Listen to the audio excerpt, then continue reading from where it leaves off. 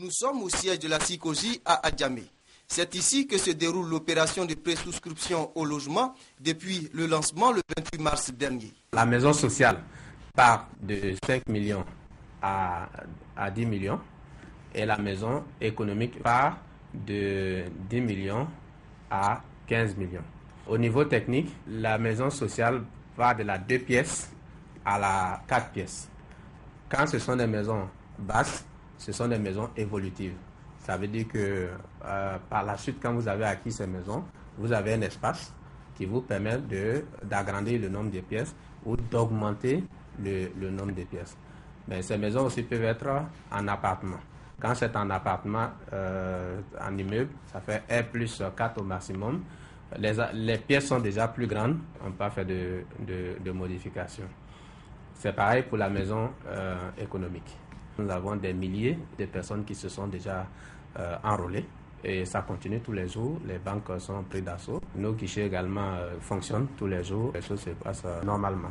Débutée le 28 mars dernier, la phase de présouscription des candidats à l'opération de logements sociaux et économiques s'achève le 22 mai prochain pour faire place à une autre étape.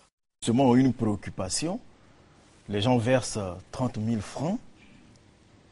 Ils se disent, mais si je n'ai pas droit à la maison, qu'est-ce qu'on fait pour moi? Merci beaucoup. De toutes les façons, j'aurais communiqué cette primeur sur le plateau si vous ne m'aviez pas posé cette question. Mais vous me donnez l'occasion donc de donner cette bonne information à nos concitoyens.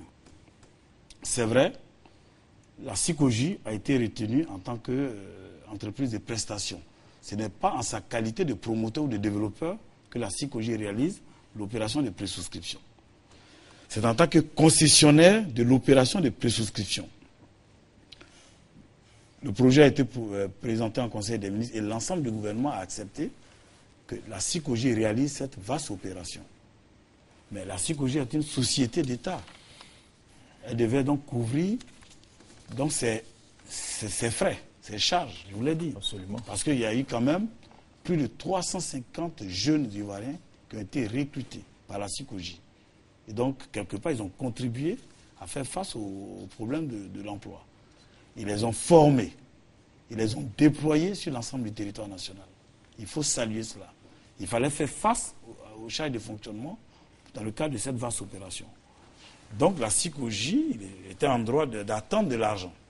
Donc la convention qui a été signée, le formulaire qui est signé par les présouscripteurs informe clairement sur le principe du non-remboursement des frais. Mais le gouvernement, à travers nous, a décidé, et là j'informe nos concitoyens ce soir, que si votre dossier n'est pas retenu, vos 30 000 francs seront remboursés. Voilà qui est clair, c'est l'information que votre dossier, tout le monde attendait, monsieur le ministre. Au bout de la chaîne, on a tout fait pour vous aider. Vous n'avez pas la bonne quotité cessible. Vous n'avez même pas pu avoir un parent comme caution. Tout ce que vous avez affirmé sur la fiche de présouscription, vous ne remplissez même pas les critères parce que, in fine, tous ces critères vont être vérifiés. Vous avez affirmé des choses, j'ai tel revenu, je suis mécanicien, je suis transporteur, je suis paysan. On va vérifier, il n'y a rien de tout cela n'est vrai. Mais nous serons obligés de vous retourner vos 30 000 francs. Même si la SICOJI avait signé un document avec vous, vous informant que ça n'allait pas être remboursé, mais vous allez être remboursé. Parce que l'État, dans cette opération, fait du social, l'État veut aider à accéder au logement. Et ce n'est pas pour 30 000 francs, donc pour les 30 000 francs donc, que l'État mène cette opération. Donc soyez rassurés, vous aurez vos 30 000 francs. Bonne nouvelle, monsieur le ministre. Alors... En réalité, tout le monde est concerné par cette opération.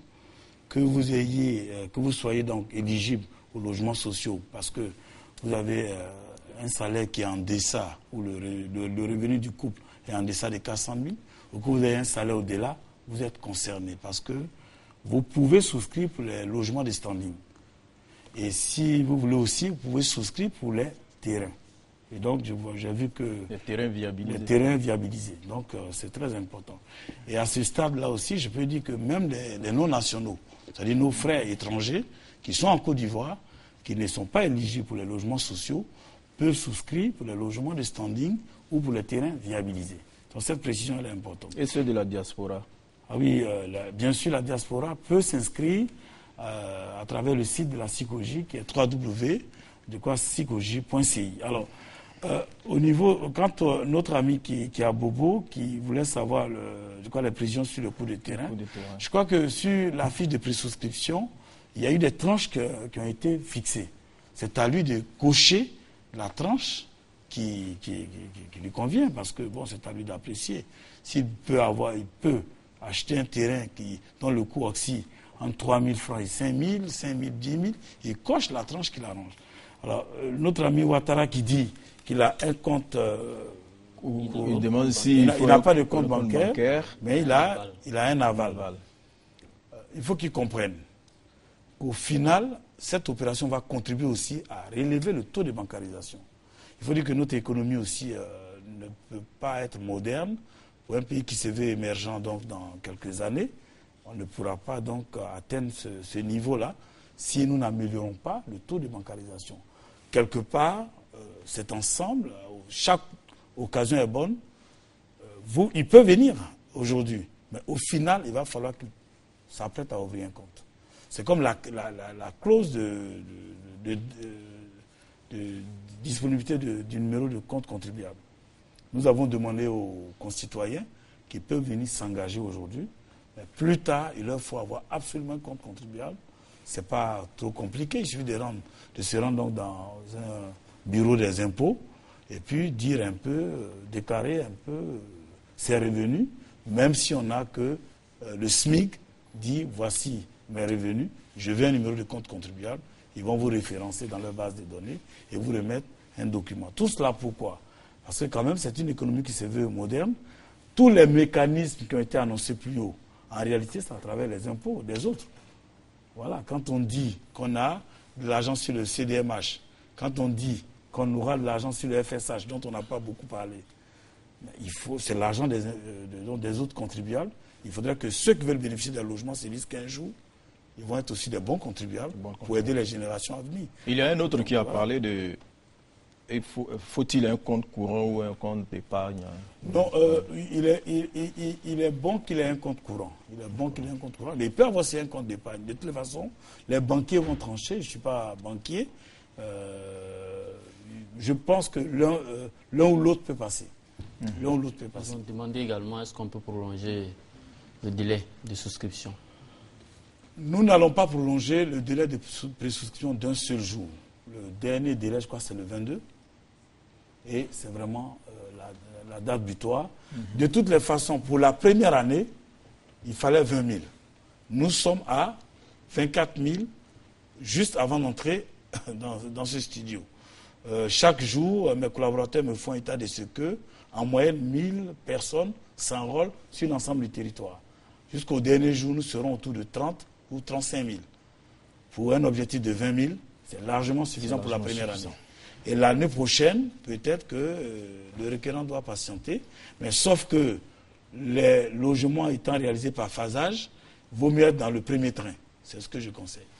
Vaut mieux être dans le premier train. Selon donc la décision qui a été prise au Conseil des ministres en Côte d'Ivoire, ce sont des logements dont le coût part de 5 millions, pour les logements sociaux, 5 millions à 10 millions. C'est ce qui diffère des logements économiques. Et le logement économique, c'est de 10 millions 5 francs à 15 millions. Et c'est pour ces deux catégories, c'est-à-dire les logements sociaux et les logements économiques, que l'État a pris un ensemble de mesures de facilité pour les promoteurs. Maintenant, tout ce qui est au-delà de 15 millions, c'est-à-dire 15 millions 5 francs et plus, 16 millions, 20 millions, 100 millions et autres, ce sont les logements de standing. Et là, l'État n'a pas trop de regard là-dessus. Mais je vous ai dit tout à l'heure que... On a envie de vous demander au passage pourquoi? Non, parce que le problème du gouvernement, c'est d'aider les plus démunis. Beaucoup d'Ivoiriens, beaucoup de cas qui ont de grands moyens peuvent s'offrir des maisons de 35 millions, de 40 millions. Mais le problème du gouvernement, c'est le plus grand nombre qui peut traverser même toute cette vie sans accéder à un toit. Et là, il faut se donner les moyens, des mécanismes pour que ceux-là aient accès à un toit. Et donc, nous mettons l'accent sur les plus démunis. Alors donc, les conditions? Alors, les conditions, il faut être ivoirien, parce que quand même, c'est l'argent du contribuable ivoirien. Donc il faut être ivoirien et puis il faut que les revenus mensuels du couple ou de l'individu, en tout cas du ménage, n'excèdent pas 400 000. En d'autres mots, il ne faut pas que le salaire dépasse 400 000. Voilà. Et puis bon, il ne faut pas être déjà propriétaire d'un logement. Tous ceux qui sont déjà propriétaires ne sont pas éligibles parce que la philosophie, c'est d'aider ceux qui n'ont pas un toit jusqu'aujourd'hui. Qu'on soit du secteur formel, c'est-à-dire déclaré normalement dans une entreprise, ou du secteur informel, on est éligible. Il n'y a aucun problème. Alors, si quelqu'un est éligible et qu'il sait que ses revenus ne sont pas suffisants, il peut avoir recours à un parent, un proche qui va servir d'aval.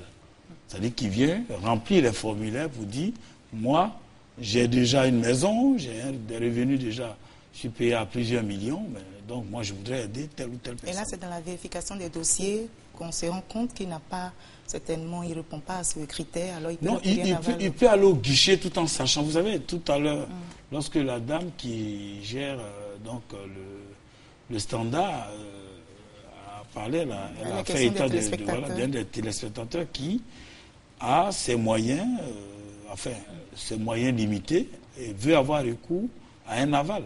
Donc vous n'avez même pas besoin d'attendre qu'on vérifie. Vous pouvez solliciter le parent pour lui dire, écoutez, moi j'ai besoin d'un logement social de 5 millions, je souhaite que vous constituez vous soyez mon aval. C'est possible, il n'y a aucun problème.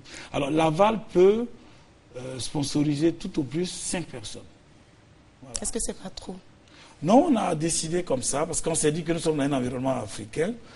C'est donc la culture de l'aide, de l'entraide. Quelqu'un peut être nanti et vouloir aider. Mais est-ce que ça peut pas être aussi un objet de chantage? Ça peut être aussi peut-être un motif de chantage et après, cette personne peut peut-être vouloir récupérer la maison. Non, mais oui, je m'attendais à cette question. Est-ce que là, vous avez pris des dispositions? Je m'attendais à cette question, mais même si elle n'a pas été posée, je crois, en d'autres mots, est-ce que des gens ne vont pas utiliser ce mécanisme pour donc s'offrir des maisons demain? D'abord, le Conseil des ministres, lorsqu'il a décidé, le document qui a sanctionné la décision a fait état de ce qu'on ne peut pas céder la maison avant 5 ans. Mais 5 ans, tu ne pas ça peu? Oui, c'est peu, mais je vous dis, si vous prenez le risque d'aller financer jusqu'à 5 personnes et que vous attendez à vouloir donc récupérer la maison après 5 ans, je pense qu'il y a quand même un minimum de risque. Cette préoccupation m'amène à dire aussi que un père de famille qui a les moyens peut décider d'offrir des maisons à ses enfants. Mais il a le droit. C'est possible. Mais si ses enfants donc une personne peut avoir plusieurs maisons. Non, la personne n'a pas droit à plusieurs maisons. Les actes famille. Non, mais écoutez, les actes sont établis au nom de... des enfants. Du demandeur. Il n'y a aucun problème là-dessus. Parce que de toute façon, je vais vous dire, l'enfant aussi peut traverser la vie sans accéder à un toit. Et puis, de toute façon, nous travaillons sur quoi? Nous travaillons à améliorer un ratio. L'offre face à la demande. Je vais vous dire, quand nous allons commencer à réaliser ces travaux dans les mois à venir, il y aura suffisamment d'offres à Abidjan. Le coût du loyer aujourd'hui, qui est très élevé, va forcément baisser parce qu'il y aura suffisamment d'offres.